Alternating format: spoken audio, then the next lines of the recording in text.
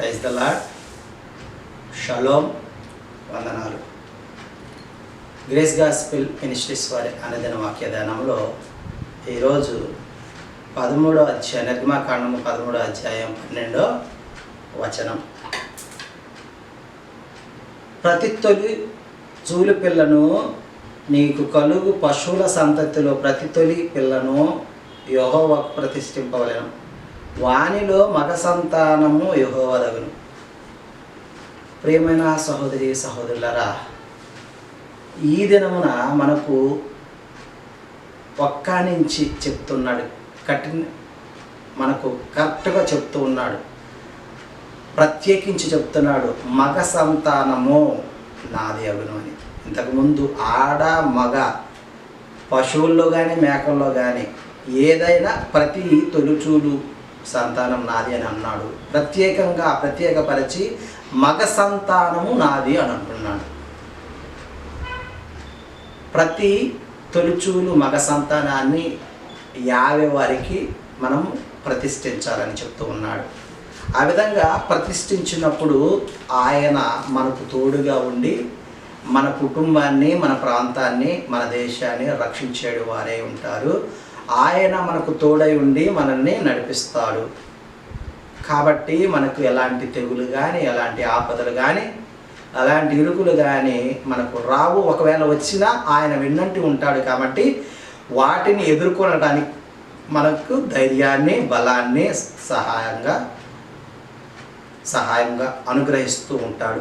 కాబట్టి ప్రియమైన సహోదరి సహోదరులారా, నాకు ఒక బిడ్డ, నాకు ఒక కుమారుడే, నాకు 2 కుమారులే అని మనం అనుకునే ఎడల వారికి కూడా మనకు ఒక మాట వ్రాయించి పెట్టి ఉన్నారు 13వ వచనంలో. ప్రతి గాడిద తొలిపిల్లను వెల ఇచ్చి విడిపించి దానికి మారుగా గొర్రె పిల్లను ప్రతిష్ఠింపవలెను. అట్లు దానిని విడిపించని ఎడల దాని మెడను వెరదీయవలెను. నీ కుమారులో తొలిచూలి అయిన ప్రతి మగ్గ వాణిని వెల ఇచ్చి విడిపింపవలెను.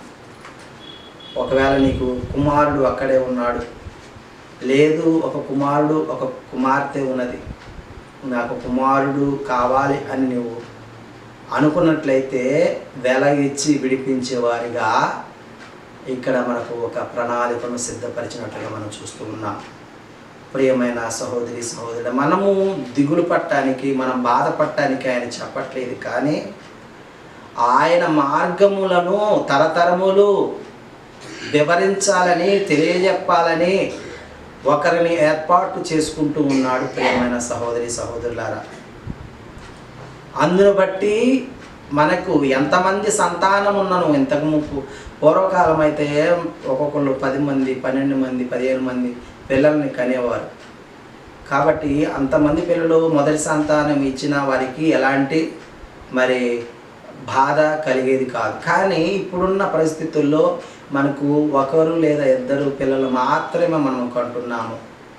కాబట్టి మనకు బాధ కలుగుతున్నది. మన పిల్లల్ని ఇవ్వాలి అంటే, దేవునికి మనం సేవ చేయడానికి ప్రతిష్ఠించాలంటే మనకు చాలా బాధ కలుగుతూ ఉన్నది. కఠినతరం కదండి సేవ అంటే. సేవ అంటే ఆకలికి ఎండ మాడాలి. ఆకలి సరిగా అంటే అన్నం సరిగా ఉండదు, సరైన టైంకి తినలేము, దేశ సంచారం చేయాలి, ఎవరు పిలిచినా వెళ్ళాలి. ఇలాంటి కొన్ని పరిస్థితులను ఎదుర్కొనే వారిగా ఉండాలి. కొన్ని సంఘాల్లో అన్నీ కూడా సమృద్ధిగా ఉంటాయి. కానీ నిజమైన సేవ అంటే సేవ చేయించుకోవటం కాదు, కానీ సేవ చేయటం. కాబట్టి ప్రియమైన సహోదరులారా, సేవ చేయటం చాలా కష్టంతో కూడుకున్న పని. మరి అలాంటి సేవకు మన పిల్లల్ని ప్రతిష్ఠింప చేయాలని 50 వారు ఎలోహిము వారు ఈ దినమున మనకు జ్ఞాపకం చేస్తూ ఉన్నాడు. అది కూడా ప్రతి తొలిచూలు మగ సంతానాన్ని ఆయనకు ప్రతిష్ఠించాలని మనకు ఈ దినమున జ్ఞాపకం చేస్తూ ఉన్నాడు.